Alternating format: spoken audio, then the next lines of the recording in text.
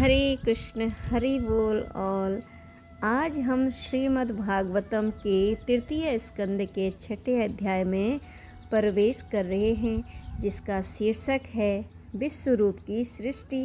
पिछले अध्याय में हमने देखा कि कैसे विदुर जी के प्रश्नों के उत्तर में मैत्रेय ऋषि ने सृष्टि की प्रारंभिक अवस्था का वर्णन किया। अब इस अध्याय में हम उस परम क्षण का अनुभव करेंगे जब भगवान अपनी शक्ति से विश्व रूप को प्रकट करते हैं। यह अध्याय हमें बताता है कि यह संपूर्ण ब्रह्मांड केवल निर्जीव वस्तु नहीं है, बल्कि भगवान का ही एक विशाल स्वरूप है। जैसे एक बीज से विशाल वृक्ष निकलता है, वैसे ही भगवान की दृष्टि मात्र से कैसे महत्व को इंद्रियों का प्राकट्य हुआ और कैसे उस विराट पुरुष के अंगों से विभिन्न देवताओं और लोकांतरों की उत्पत्ति हुई। यही इस अध्याय का सार है। अध्याय के मुख्य बिंदु देवताओं की प्रार्थना। जब सृष्टि के तत्व इंद्रियां, मन, बुद्धि अलग अलग थे और ब्रह्मांड की रचना नहीं कर पा रहे थे, तब देवताओं ने भगवान की स्तुति की। विराट का प्राकट्य नंबर 2 है विराट पुरुष का प्राकट्य। भगवान ने अपनी काल शक्ति के साथ प्रकृति में प्रवेश किया, जिससे वह हिरणमय अंड जागृत हुआ और उसमें से हजारों हाथ पैरों वाला विश्व रूप प्रकट हुआ। नंबर 3 है अंगों से सृष्टि। विराट पुरुष के मुख से ब्रह्मांड और अग्नि, भुजाओं से क्षत्रिय दोबारा से मैं रिपीट करूंगी। अंगों से सृष्टि। विराट पुरुष के मुख से ब्राह्मण और अग्नि, भुजाओं से क्षत्रिय, जंघाओं से वैश्य और चरणों से शूद्रों की उत्पत्ति का वर्णन यहाँ मिलता है। यह दर्शाता है कि समाज का हर अंग भगवान से ही जुड़ा है। आइए अब हम भक्ति भाव के साथ इन श्लोकों और उनके दिव्य अनुवाद का श्रवण करते हैं, ताकि हम समझ सकें कि इस विशाल जगत के कण कण में परमात्मा का वास कैसे है। तो इसको मैं जैसे हमेशा एक छोटे कीर्तन से शुरुआत करती हूँ, तो इसके करते हैं शुरुआत, प्रारंभ करते हैं, लगाते हैं भागवत गंगा में डुबकी। तो करते हैं शुरू इसको। हरि बोल। जय गुरुदेव, जय गौरानिताय, जय हो सभी वैष्णव ठाकुर की जय, सभी भक्तों की जय, सभी शिक्षा गुरुओं की जय हो। हरि बोल। जय राधा माधव, जय कुंज बिहारी, जय राधा माधव, जय कुंज बिहारी, जय गोपी जन वल्लभ, जय गिरिवर धारी, जय गोपी जन वल्लभ, जय गिरिवर धारी, यशोदानंदन ब्रज जन रंजन, यशोदानंदन ब्रज जन रंजन, यमुना तीरा बनचारी, यमुना तीरा बनचारी, जय राधा माधव, जय कुंज विहारी, हरे कृष्णा कृष्णा कृष्णा हरे हरे, हरे राम राम राम हरे हरे, हरे कृष्णा कृष्णा कृष्णा हरे हरे, हरे राम राम राम हरे हरे, हरे कृष्ण कृष्ण कृष्ण हरे हरे, हरे राम राम राम हरे हरे। हरि हरि बोल। ओम नमो भगवते वासुदेवाय, ओम नमो भगवते वासुदेवाय, ओम नमो भगवते वासुदेवाय। नरं चैव नरोत्तमं देवीं सरस्वतीं व्यासं ततो जयमुदीरयेत्। नष्टप्रायेषु अभद्रेषु नित्यं भागवत सेवया भगवती उत्तमश्लोके भक्तिर्भवति नैष्टिकी। कृष्णाय वासुदेवाय देवकी नन्दनाय च नन्दगोपकुमाराय गोविन्दाय नमो नमः। मूकं करोति वाचालं पङ्गुं लङ्घयते गिरिं यत्कृपातमहं वन्दे परमानन्दमाधवं श्रीचैतन्य ईश्वरं श्रीगुरुदीनतारिणं। हरे कृष्ण। तो इसको करते हैं शुरू श्लोकों से। अध्याय है 6 श्रीमद् भागवतम तृतीय स्कंद, अध्याय 6 विश्वरूप की सृष्टि। श्लोक नंबर है 1।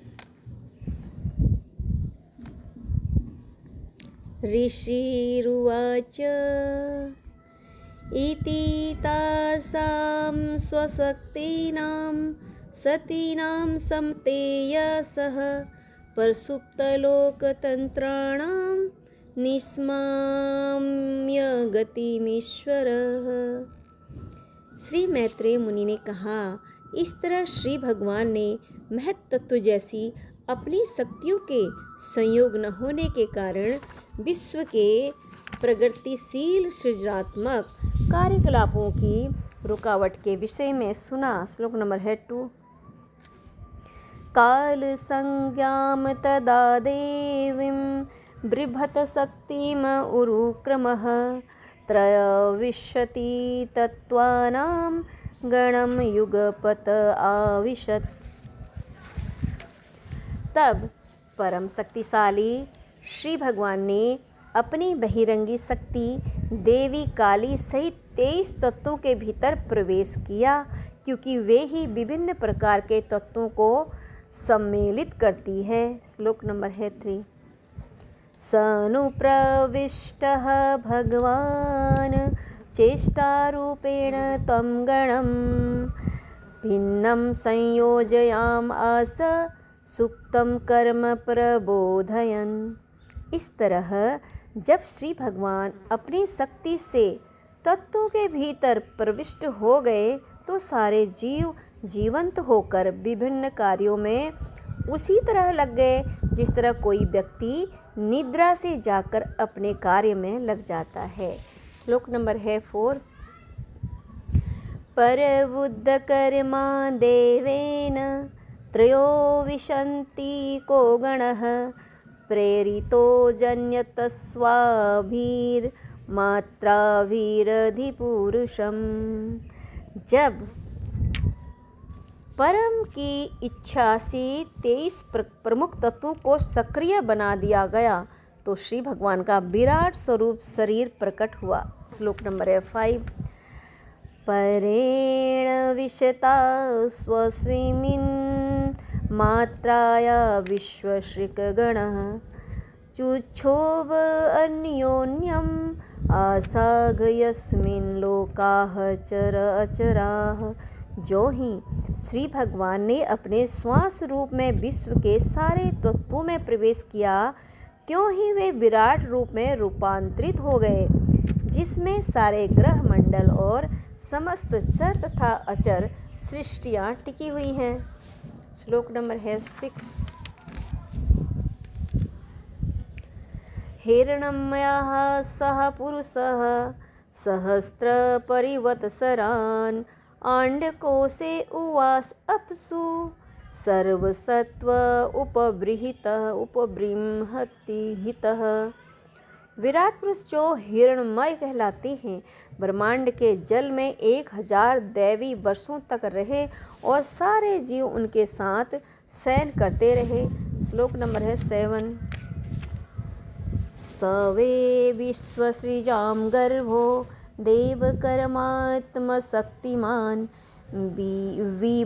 विबभाजात्मनात्मानम् एकधा दशधा त्रिधा।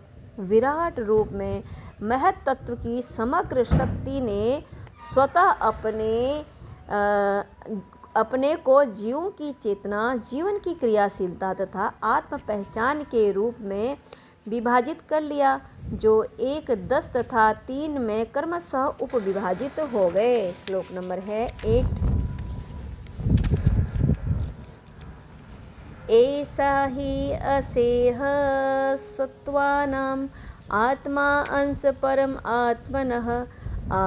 आत्मनः आघ अवतार यत्र असो भूतग्राम विभाव्यते। परम भगवान का विश्व रूप प्रथम अवतार तथा परमात्मा का श्वास होता है। वे असंख्य जीवों के आत्मा हैं और उनमें सामूहिक सृष्टि भूतग्राम टिकी रहती है, जो इस तरह फलती फूलती है। श्लोक नंबर है 9। साध्यात्मः साधिदेवैश्च साधिभूत इति त्रिधा विराट प्राणो 10 विध एकदा हृदयेन च। विश्व रूप 3, 10 तथा 1 के द्वारा इस अर्थ में प्रस्तुत होता है कि वे श्री भगवान शरीर तथा मन और इंद्रियां हैं। वे ही 10 प्रकार की जीवनी शक्ति द्वारा समस्त गतियों की गत्यात्मक शक्ति भी है और वे ही एक हृदय हैं जहाँ जीवनी शक्ति सृजित होती है। श्लोक नंबर है 10। स्मरन् विश्वसृजामिषो विज्ञापितमधोक्षजः विराजमतपत्तस्वेन तेजसे सांवित्तये।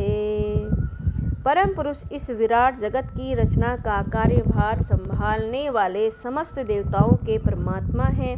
इस तरह देवताओं द्वारा प्रार्थना किए जाने पर उन्होंने मन में विचार किया और तब उनको समझाने हेतु अपना विराट रूप प्रकट किया। श्लोक नंबर है 11।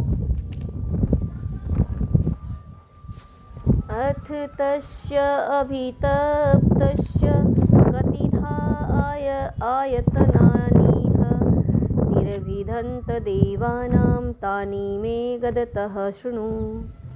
श्री मैत्रेय मुनि ने कहा, अब तुम मुझसे यह सुनो कि परमेश्वर ने अपना विराट रूप प्रकट करने के बाद किस तरह से अपने आप को देवताओं के विविध रूपों में विलग किया।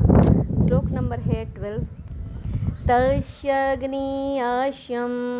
निर्भिन्नं लोकपाल अविशत्पदं वाचा अस्वअंसेन वक्तव्यं यया असो प्रतिपद्धते। उनके मुखारविंद से अग्नि अथवा उष्मा विलग हो गई और भौतिक कार्य संभालने वाले सारे निदेशक अपने अपने पदों के अनुसार इसमें प्रविष्ट हो गए। जीव उसी शक्ति से शब्दों के द्वारा अपने आप को अभिव्यक्त करता है। श्लोक नंबर है 13। निर्भिन्नं तालु वरुणो लोकपालो विशद्दरेः जिह्वयांसेन चरसं ययासो प्रतिपद्धते।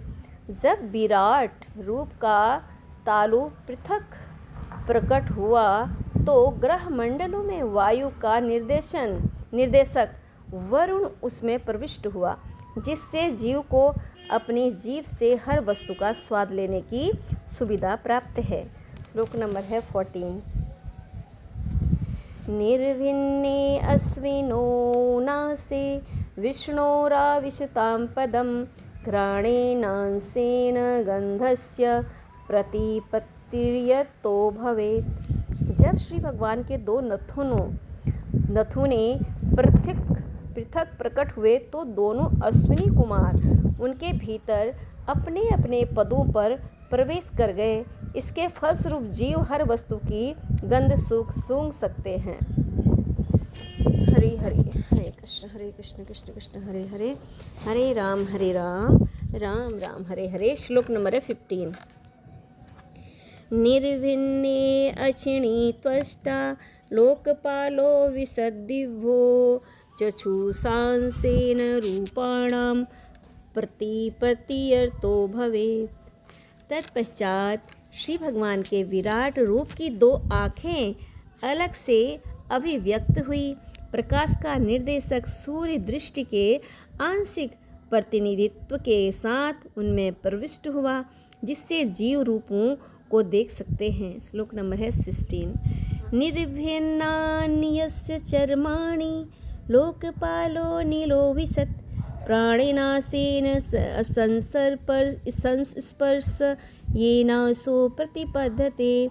जब विराट रूप से त्वचा पृथक हुई तो वायु का निर्देशक देव अनिल आंशिक स्पर्श से प्रविष्ट हुआ, जिससे जीव स्पर्श का अनुभव कर सकते हैं। श्लोक नंबर है 17। कर्णावस्य विनिर्भिन्नौ धिंसणं स्वं विवुषुदिर्सः श्रोत्रेणांसेन शब्दस्य सिद्धिं येन प्रपद्यते। जब विराट रूप के कान प्रकट हुए तो सभी दिशाओं के नियंत्रक देव श्रवण तत्वों समेत उनमें प्रविष्ट हो गए, जिससे सारे जीव सुनते हैं और ध्वनि का लाभ उठाते हैं। श्लोक नंबर है 18। त्वचम् अस्य विनिर्भिन्नां विवुषुधिषणयम् औषधिः अंशेन रोमभिः क्वण्डुं ये अशो प्रतिपद्यते। जब चमड़े की पृथक अभिव्यक्ति हुई तो अपने विविध अंशों समेत संस्पर्श नियंत्रक के देव उसमें प्रविष्ट तो हो गए। इस तरह जीवों को स्पर्श के कारण खुजलाहट तथा प्रसन्नता का अनुभव होता है। श्लोक नंबर है 19। मेन्द्रं तस्य विनिर्भिन्नं स्वधिष्ण्यं कः उपाविशत् रेतसा अंशेन येन असो आनंदम प्रतिपद्यते। जब विराट रूप के जनांग पृथक हो गए तो मूल प्राणी प्रजापति अपने आंशिक वीर्य समेत उनमें प्रविष्ट हो गए और इस तरह जीव यौन आनंद का अनुभव कर सकते हैं। श्लोक नंबर है 20। गुदम पुंसो विनिर्भिन्नं पित्रो लोकेश अविशत पायुनांसेन येनासो विसर्ग प्रतिपद्यते। एक बार दोबारा से रिपीट करूंगी इसको मैं, श्लोक नंबर 20 को। गुदम पुंसः विनिर्भिन्नं मित्रः लोकैष आविशत् पायुना अंशेन येन विसर्गं प्रतिपद्यते। अनुवाद। फिर विसर्जन मार्ग पृथक हुआ और मित्र नामक निर्देशक विसर्जन के आंशिक अंगों समेत उसमें प्रविष्ट हो गया। इस प्रकार जीव विसर्जन के आंशिक अंगों समेत उसमें प्रविष्ट हो गया। इस प्रकार जीव अपना मल मूत्र विसर्जित करने में सक्षम है। श्लोक नंबर है 21। हस्तावस्य विनिर्भिन्ना विद्रह सर्व पतिराविशत् वार्तायांसेन पुरुषो यया वृत्तिं प्रपद्यते। तत्पश्चात जब विराट रूप के हाथ पृथक हुए तो स्वर्गलोक का शासक इंद्र उनमें प्रविष्ट हुआ और इस तरह से जीव अपनी जीविका हेतु व्यापार चलाने में समर्थ है। श्लोक नंबर है 22। पादावस्य विनिर्भिन्नो लोकेशो विष्णुराविशत् गत्या स्वांसेन पुरुषो यया प्राप्यं प्रपद्यते। तत्पश्चात विराट रूप के पांव पृथक रूप से प्रकट हुए और विष्णु नामक देवता श्री भगवान ने उनमें आंशिक गति के साथ प्रवेश किया। सॉरी, वो कोष्टक में श्री भगवान नहीं, मैं तो कोष्टक को छोड़ के एक बार मैं दोबारा इसको रिपीट करूंगी। तत्पश्चात विराट रूप के पांव पृथक रूप से प्रकट हुए और विष्णु नामक देवता ने उनमें आंशिक गति के साथ प्रवेश किया। इससे जीव को अपने गंतव्य तक जाने में सहायता मिलती है। श्लोक नंबर है 23। बुद्धि चास्य विनिर्भिन्ना वागीशो धिष्ण्यमाविशत् बोधेनांसेन वे बोधवयं प्रतिपत्तियतो भवेत्। जब विराट रूप की बुद्धि पृथक रूप से प्रकट हुई तो वेदों के स्वामी ब्रह्मा बुद्धि की आंशिक शक्ति के साथ उसमें प्रविष्ट हुए और इस तरह जीवों द्वारा समझने की वस्तु का अनुभव किया जाता है। श्लोक नंबर है 24। हृदयं चास्य निर्विन्न चंद्रमाधिष्णयामाविशत् मनसांसेन येनासो विक्रियां प्रतिपद्यते। इसके बाद विराट रूप का हृदय पृथक रूप से प्रकट हुआ और इसमें चंद्र देवता ने अपनी आंशिक मानसिक क्रिया समेत प्रवेश किया। इस तरह जीव मानसिक चिंतन कर सकता है। श्लोक नंबर है 25। It seems you might be referring to Manushya, which means human or man in Malayalam Sanskrit. 25 आत्मानं चास्य निर्भिन्नं विमानो विशत्पदं कर्मांशेन इंसान कर्तव्यं प्रतिपद्यते। हरे कृष्ण कृष्ण कृष्ण हरे हरे, हरे राम राम राम हरे हरे, हरे कृष्ण कृष्ण कृष्ण हरे हरे, हरे राम राम राम हरे हरे। सॉरी,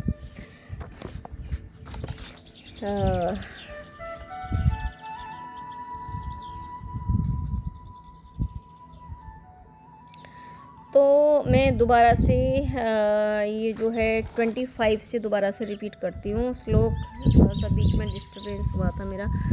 आत्मानं चास्य निर्भिन्नं विमानो विशतपदं कर्मणांशेन येनाशो कर्तव्यं प्रतिपद्यते। तत्पश्चात विराट रूप का भौतिकवादी अहंकार पृथक से प्रकट हुआ और इसमें मिथ्या अहंकार के नियंत्रक रुद्र ने अपनी निजी आंशिक क्रियाओं समेत प्रवेश किया, जिससे जीव अपना लक्षित कर्तव्य पूरा करता है। श्लोक नंबर है 26। सत्वं चास्य विनिर्भिन्नं महान्धिष्णुमुपाविशत् चित्तेनांसेन येनासो विज्ञानं प्रतिपद्यते। सॉरी, दो बार रिपीट हो गया ना ये वाला श्लोक, तो इसके बाद तो फिर कंटिन्यू करते हैं दोबारा से इस तरीके से। तत्पश्चात जब विराट रूप से उसकी चेतना पृथक होकर प्रकट हुई तो समग्र शक्ति अर्थात महत तत्व अपने चेतन अंश समेत प्रविष्ट हुआ। इस तरह जीव विशिष्ट ज्ञान को अवधारण करने में समर्थ होता है। श्लोक नंबर है 27। शिष्णोस्य चोरधरा पदं भयां खं नाभिरुदपदत् गुणानां वृत्तियो येषु प्रतीयन्ते सुरादयः। तत्पश्चात विराट रूप के सिर से स्वर्गलोक, उसके पैरों से पृथ्वी लोक तथा उसकी नाभि से आकाश पृथक पृथक प्रकट हुए। इनके भीतर भौतिक प्रकृति के 3 गुणों के रूप में देवता इत्यादि भी प्रकट हुए। श्लोक नंबर है 28। आतयन्तिकेन सत्त्वेन दिवं देवाः प्रपेदिरे धरां रजः स्वभावेन प्रणयो ये च ताननु। देवतागण अति उत्तम गुण सत्व गुण के द्वारा योग्य बनकर स्वर्ग लोक में अवस्थित रहते हैं, जबकि मनुष्य अपने रजोगुणी स्वभाव के कारण अपने अधीनस्थों की संगति में पृथ्वी पर रहते हैं। श्लोक नंबर है 29। तारतीयेन स्वभावेन भगवन्नाभिमाश्रिता उभयोरन्तरं व्योम ये रुद्र पार्षदाम गणा। जो जीव रुद्र के संगी हैं वे प्रकृति के तीसरे गुण अर्थात तमोगुण में विकास करते हैं। वे पृथ्वी लोक तथा स्वर्ग लोक के बीच आकाश में स्थित होते हैं। श्लोक नंबर है 30। मुखतः वर्तत ब्रह्म पुरुषस्य कुरुद्वः यह तु उन्मुखत्वात् वर्णानां मुख्य अभूत ब्राह्मणः गुरु। हे कुरुवंश के प्रधान विराट अर्थात विश्वरूप के मुखारविंद से वैदिक ज्ञान प्रकट हुआ। जो लोग इस वैदिक ज्ञान के प्रति उन्मुख होते हैं वे ब्राह्मण कहलाते हैं और वे समाज के सभी वर्णों के स्वाभाविक शिक्षक तथा गुरु हैं। श्लोक नंबर है 31। बाहुभ्यः अवर्तत छत्रं क्षत्रियः तत अनुव्रतः यः जातः त्रायते वर्णान् पौरुषः कंटकच्छतात्। तत्पश्चात विराट रूप की बाहुओं से संरक्षण शक्ति उत्पन्न हुई और ऐसी शक्ति के प्रसंग में समाज का चोर उच्चकों के उत्पातों से रक्षा करने के सिद्धांत का पालन करने से क्षत्रिय भी अस्तित्व में आए। श्लोक नंबर है 32। विश्ववरन्तस्य उर्वोह लोकवृत्तिकरिः विभो वैश्यः तत उद्भववार्तां नृणां यः समवर्तयत्। समस्त पुरुषों की जीविका का साधन अर्थात अन्न का उत्पादन तथा प्रजा में उसका वितरण श्री भगवान के विराट रूप की जांघों से उत्पन्न किया गया। वे व्यापारी जन जो ऐसे कार्यों को संभालते हैं वैश्य कहलाते हैं। श्लोक नंबर है 33। पदभयां भगवतो जंगे सुश्रुवा धर्मसिद्धये तस्यां जातः पुरा शूद्रो यद्वृत्त्या तुष्यते हरिः। तत्पश्चात धार्मिक कार्य पूरा करने हेतु श्री भगवान के पैरों से सेवा प्रकट हुई। पैरों पर शूद्र स्थित होते हैं जो सेवा द्वारा श्री भगवान को तुष्ट करता है। श्लोक नंबर है 34। एते वर्णाः स्वधर्मेण यजन्ति स्वगुरुं हरिं श्रद्धयात्मविशुद्ध्यर्थ यज्ञाताः सह वीतिभिः। हरि हरि।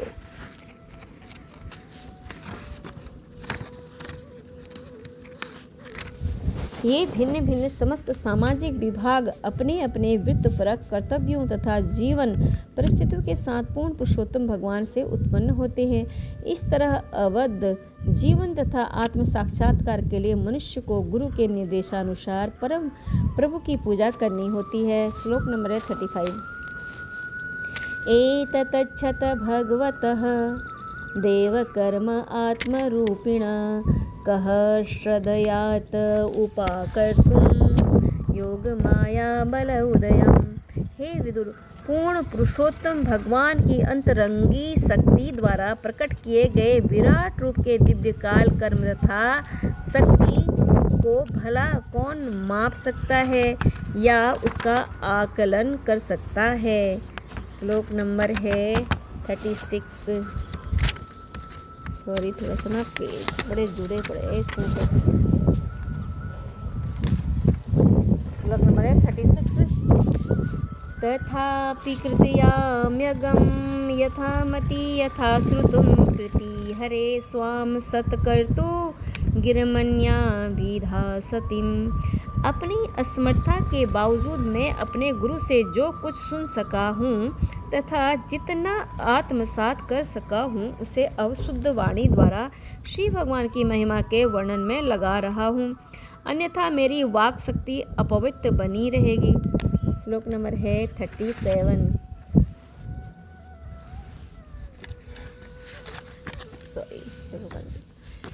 एकान्तलाभं वचसोऽनुपुंसां सुलोकमौलेर्गुणवादिमाहु श्रुतेक्ष विद्रूपाकृत्यां कथासुधायामुपसंप्रयोगम्।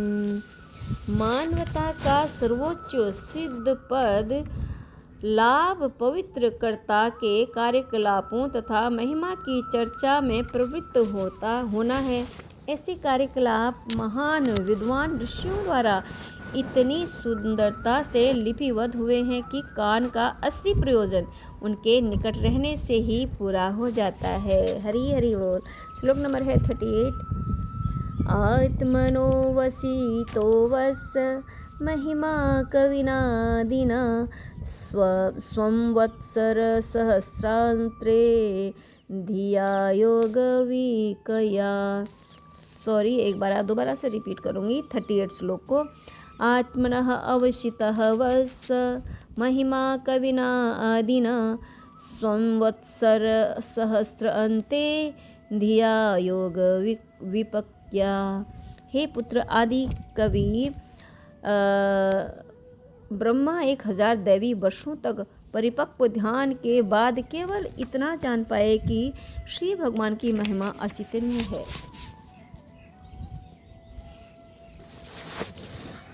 श्लोक नंबर है 39। अतो भगवतो माया मायी नामपि मोहिनी यत स्वयं चात्मवर्तमात्मा न वेद किमुता परे। पूर्ण पुरुषोत्तम भगवान की आश्चर्यजनक शक्ति मायावियों को भी मोहग्रस्त करने वाली है। यह निहित शक्ति आत्मा राम भगवान तक को अज्ञात है, अतः अन्यों के लिए यह निश्चय ही अज्ञात है। श्लोक नंबर है 40। यतो प्राप्य नय वर्तन्त वाचश्च मनसा सह अहं चान्य इमे देवास्तस्मै भगवते नमः।